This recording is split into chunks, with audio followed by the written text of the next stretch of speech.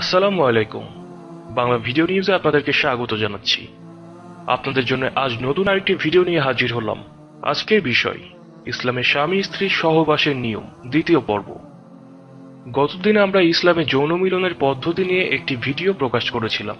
আপনাদেরকে ধন্যবাদ জানাচ্ছি যে আপনারা আগের ভিডিওটি নিয়ে অনেক ভালো ভালো মন্তব্য করেছেন আমাদের ফেসবুক ইনবক্সে, এবং আপনারা এই রকম আরও ভিডিও দেখতে চেয়েছেন বলে জানিয়েছিলেন।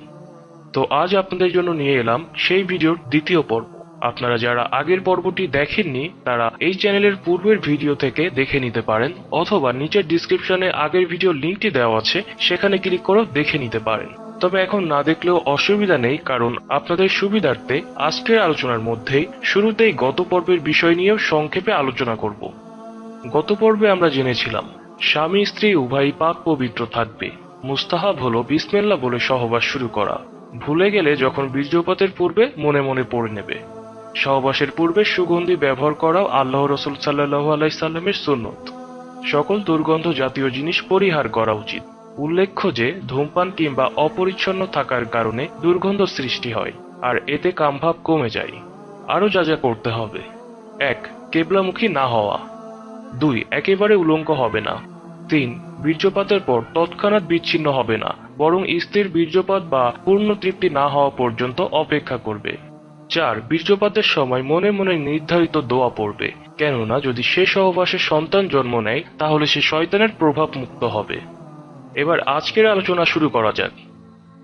আমরা অনেকেই হয়তো ইসলামিক শরীয়ত মোতাবেক সহবাসের স্বাভাবিক নিয়ম বা পন্থা সম্পর্কে জানি না। এখানে এ বিষয়ে একটু ধারণা দেওয়া হলো। যদিও হাদিস থেকে বিভিন্ন আসনে সহবাস করার দৃষ্টান্ত পাওয়া যায়, তবে সহবাসের স্বাভাবিক পন্থা হলো এই যে স্বামী উপরে থাকবে এবং স্ত্রী নিচে থাকবে। প্রত্যেক প্রাণীর ক্ষেত্রেও এই স্বাভাবিক পন্থা পরিলক্ষিত হয়। সর্বোপরি এদিকেই অত্যন্ত সূক্ষ্মভাবে ইঙ্গিত করা হয়েছে আল কোরআনে। আয়াতের অর্থ হলো, যখন স্বামী স্ত্রীকে ঢেকে ফেলল তখন স্ত্রীর ক্ষীণ গর্ভ সঞ্চার হয়ে গেল, আর স্ত্রী যখন নিচে থাকবে এবং স্বামী তার উপর উপুড় হয়ে থাকবে তখনই স্বামী শরীর দ্বারা স্ত্রীর শরীর ঢাকা পড়বে। তাছাড়া এ পন্থাই সর্বাধিক আরামদায়ক। এতে স্ত্রীরও কষ্ট সহ্য করতে হয় না এবং গর্ভধারণের জন্যও তা উপকারী ও সহায়ক। বিখ্যাত চিকিৎসা বিজ্ঞানী আলী ইবনে সিনা তার অমর গ্রন্থ কানুন নামক বইয়ে এই পন্থাকেই সর্বোত্তম পন্থা হিসেবে উল্লেখ করেছেন, এবং স্বামী নিচে আর স্ত্রী উপরে থাকার পন্থাকে নিকৃষ্ট পন্থা বলেছেন, কেননা এতে পুংলিঙ্গে বীর্য আটকে থেকে দুর্গন্ধ যুক্ত হয়ে কষ্টের কারণ হয়ে দাঁড়ায়। তাই অবশ্যই আমাদের লক্ষ্য রাখতে হবে যেন আনন্দঘন মুহূর্তটা পরবর্তীতে বেদনার কারণ না হয়ে দাঁড়ায়। তাই ইসলামী জীবন বিধান মেনে চলুন এবং আনন্দকে আনন্দ হিসেবে উপভোগ করুন। হযরত আলী রাদিয়াল্লাহু তাআলা আনহু তার ওসিয়তনামায় লিখেছেন যে সহবাসের ইচ্ছে হলে এই নিয়তে সহবাস করতে হবে যে আমি ব্যভিচার থেকে দূরে থাকব, আমার মন এদিক ওদিক ছুটে বেড়াবে না, আর জন্ম নেবে নেককার ও সৎ সন্তান। এই নিয়তে সহবাস করলে তাতে সওয়াব তো হবেই, সাথে সাথে উদ্দেশ্য পূরণ হবে ইনশাআল্লাহ। আমাদের ইসলামী সমাজে প্রচলিত কিছু নিয়ম কানুন: ফলবান গাছের নিচে স্ত্রী সহবাস করবে না। সহবাসের প্রথমে দোয়া পড়বেন, স্ত্রী সহবাসের দোয়া।